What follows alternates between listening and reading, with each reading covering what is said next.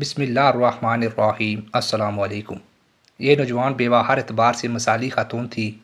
نیکی اور تقوی، عبادت اور ریاضت، صوم و صلات، صبر و شکر کی پابند تھی۔ صبح سویرے اٹھتی، نماز فجر ادا کرتی اور ضروری ورد و وظائف سے فارغ ہونے کے بعد دن چڑھنے تک تلاوت قرآن میں مصروف رہتی۔ پھر اس کے حلال سے اپنا پیٹ پالنے کے لیے محنت مزدوری کرتی۔ لیکن ایک دن کسی بدنیت نے اس کی غربت اور ناداری سے شے پا کر اسے دبوچ لیا اور اس روتی پیٹتی مسکینہ کی عصمت تار تار کر دی۔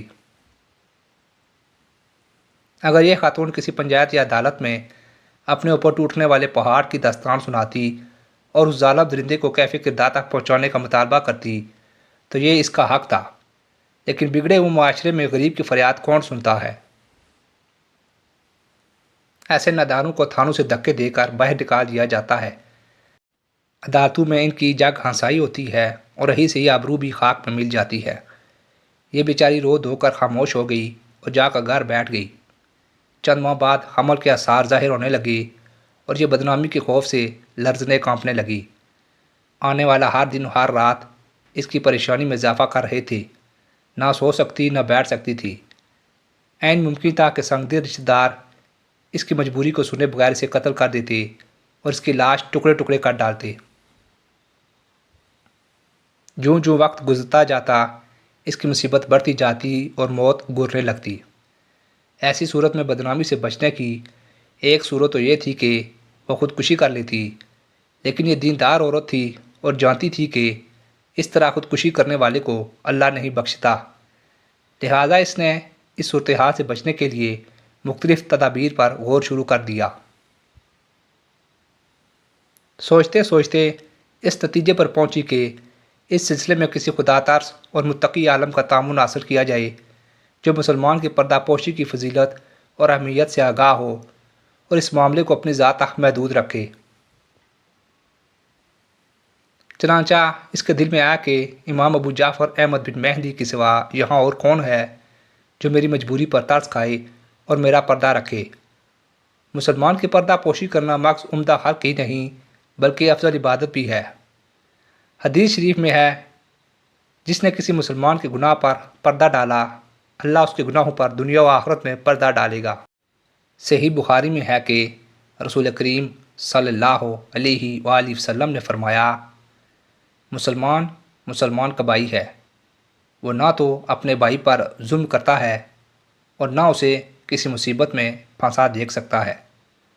جو کوئی مسلمان اپنے بھائی کی حاجت روائی کے لیے تگ و دو کرتا رہتا ہے، اللہ تعالیٰ اس کی حاجت روائی کرتا رہتا ہے، اور جو مسلمان اپنے مسلمان بھائی کی مشکل آسان کر دیتا ہے، اللہ تعالیٰ قیامت کے دن اس کی مشکلات آسان فرما دے گا۔ جو کوئی مسلمان کسی مسلمان کے گناہ پر پردہ ڈالے گا، اللہ تعالیٰ قیامت کے دن اس کے گناہوں پر پردہ ڈال دے گا۔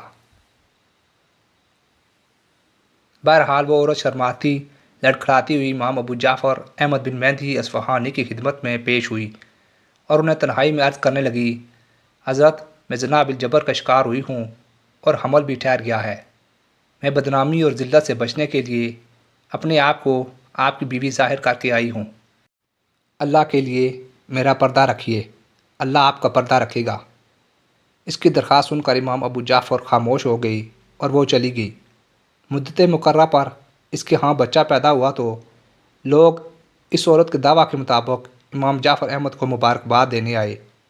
آپ نے سب کی مبارکباد قبول کی اور فرداً فرداً سب کا شکریہ ادا کیا۔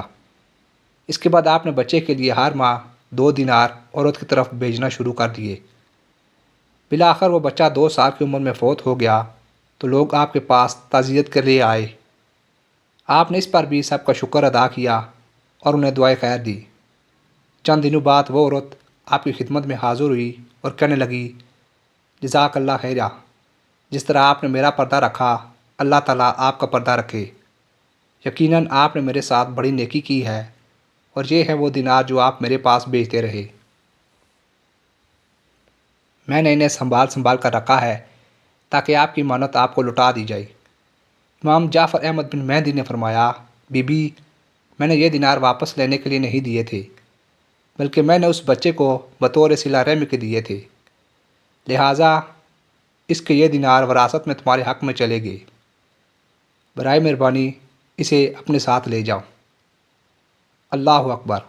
مسلمان عورت کی پردہ داری اور غیر کے بچے پر خرچ کرنا سوائے اللہ والوں کے اور کون کر سکتا ہے؟